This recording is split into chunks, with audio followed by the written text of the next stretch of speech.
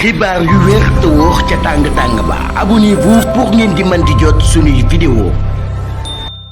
jërë ngeen jëf ci ànd gi ak ñun ci chaîne bi di Buzz 221 HD dañ koy commencé ci forum africain sur le système alimentaire.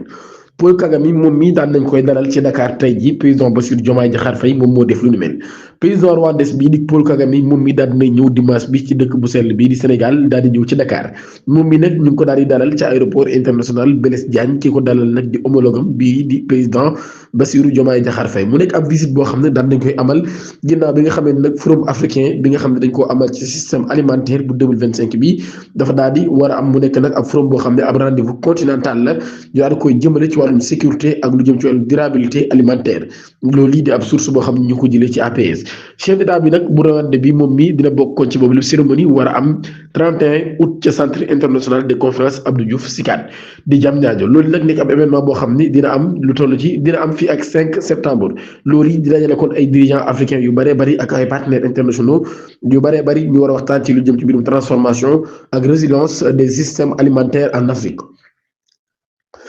Gàmmu 2025 Ousmane Sonko daan nay woote ci ab sursaut nationale depuis Medina Baye à l'occasion des visites religieuses en prélude di Gàmmu 2025 le premier ministre Ousmane Sonko daan nay dem samedi ca Medina Baye ci côté communauté bu Niassène boobee ca Kaolack ci loolu lépp président Bassirou Diomaye Diakhar Faye ak président de l'Assemblée nationale El Malick Ndiaye ku ci nekk ci ñoom daan nañ leen di dalal ci yeneen këru diine yi ki nga xam ni kon moo di le premier ministre Ousmane Sonko Cheikh Mahi Niass daan na koy dalal moom mii nga xam ni kon moom moo représenté Cheikh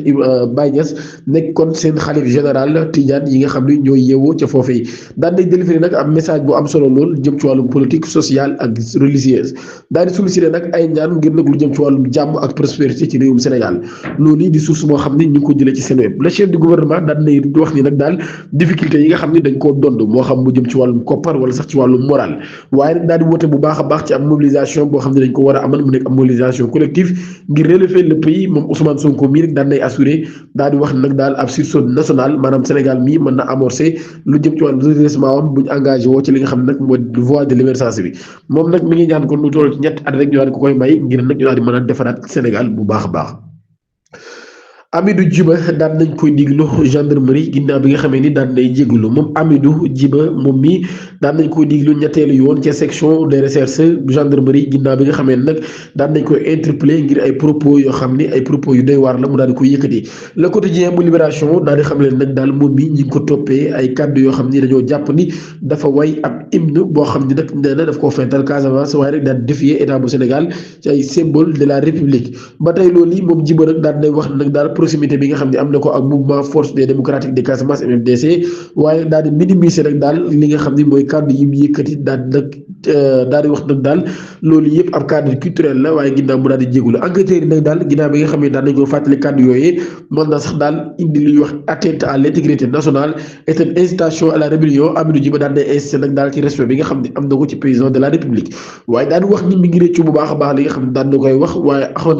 na nag daal amuloo intention benn yoon di remettre en cause l'autorité de l'État mbir mi nag kon jamono jii mi ngi ci loxoy yoon moom mii rek daal dina décider kon ci fan la mbir mi mujjee waaye Amidou Djiba kon jégul la ci kàddu yooyu nga xam ne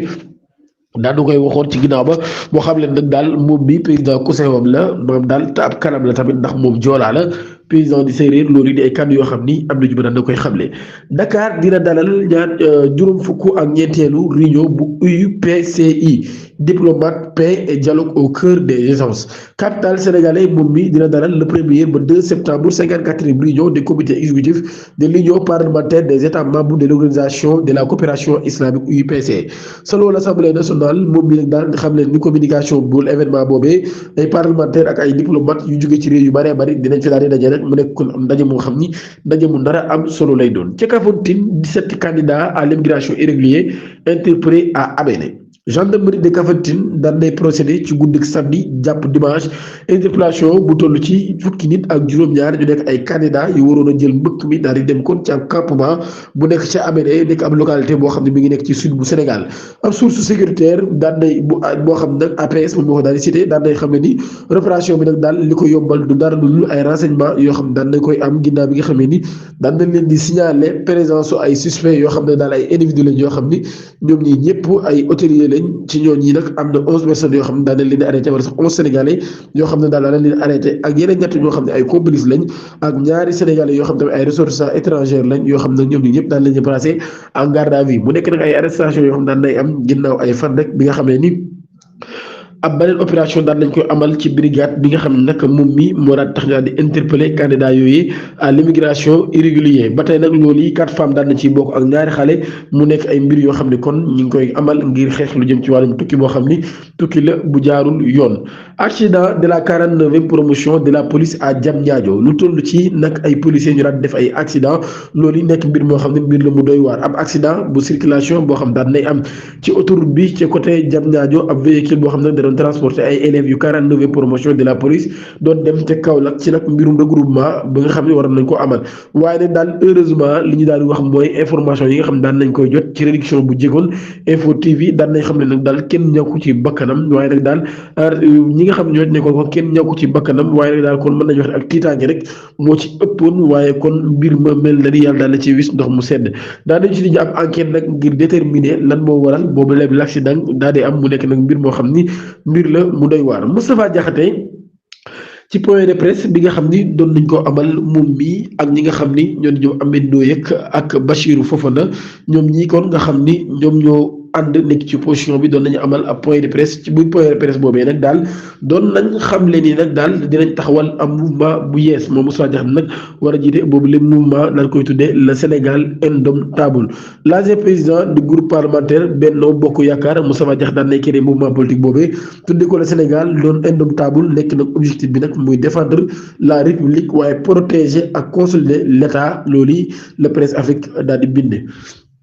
dañ koy tëjee ci xibaar bu doy waar bi lool ki nga xam ni ab lutteur la daal di dëkk ca Pikine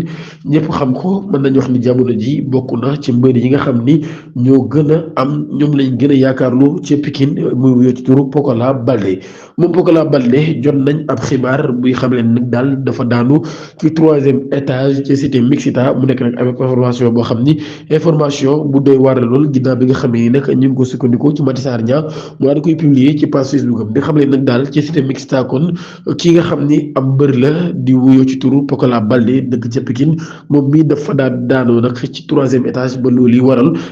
sapeurs-pompiers daan nañ koy jël si jamono ji kon nag xamaguñ ci ban état la toll ndax Pokola Baldé mi ngi dudd wala sax ndax Pokola Baldé ci yan état la nekk jamono ji waaye daal li am ba des mooy kon Pokola Baldé sapeur daan na koy jël si mu